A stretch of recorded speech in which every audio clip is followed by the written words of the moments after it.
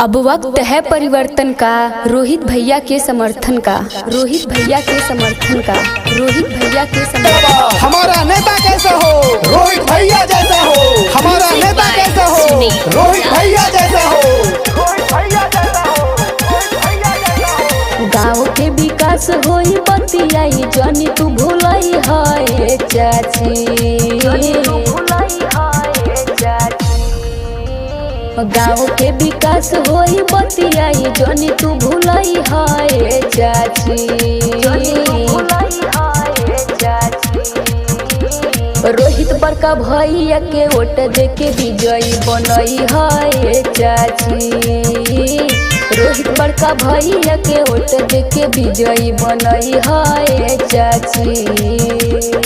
लाखों लोगों की उम्मीद हमारे रोहित भैया को इस बार अपना प्रधान बनाकर सेवा करने का अवसर प्रदान करे। चोर बेईमानवन से लड़ी है सीना तान के, कौम नहीं होके दी है गाँव के सम्मान के।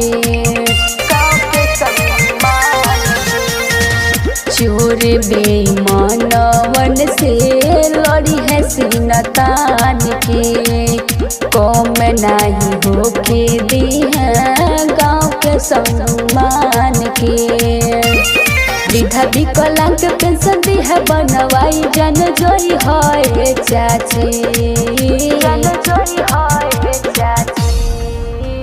वृद्धा विकलांग पेंशन दी है बनवाई जन जोई है चाची। रोहित बड़का भैया के वोट देके विजयी बनई है चाची। रोहित बड़का भैया के वोट देके विजयी बनई है चाची। मोहित रिकॉर्डिंग स्टूडियो निचलौल महाराजगंज। बिना प्रधान रहे जो आपके लिए हमेशा चोर बेईमानों से लड़ा है, ऐसे रोहित भैया को अपना प्रधान बनाकर इनका हाथ और मजबूत करें, इनका हाथ और मजबूत करें। राशन के झंझट पूरा जड़ से मिटाई है, राशन कार्ड सबका घरे घरे बनवाई है। राशन के झंझट पूरा जड़ से मिटाई है, राशन कार्ड सबका घरे घरे बटवाई है। रही परे आस सबके देवे के आवास मुस्काई है चाची। रही परे आस सबके देवे के आवास मुस्काई है चाची। रोहित बड़का भैया के वोट देके विजयी बनई है चाची। रोहित बड़का भैया के वोट देके विजयी बनई है चाची।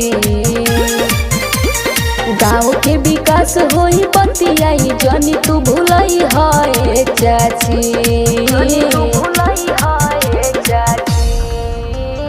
गाँव के विकास होई बतियाई जनी तू भूलई है चाची। रोहित बड़का भैया के वोट देके विजयी बनई है चाची। रोहित बड़का भैया के वोट देके विजयी बनई है चाची।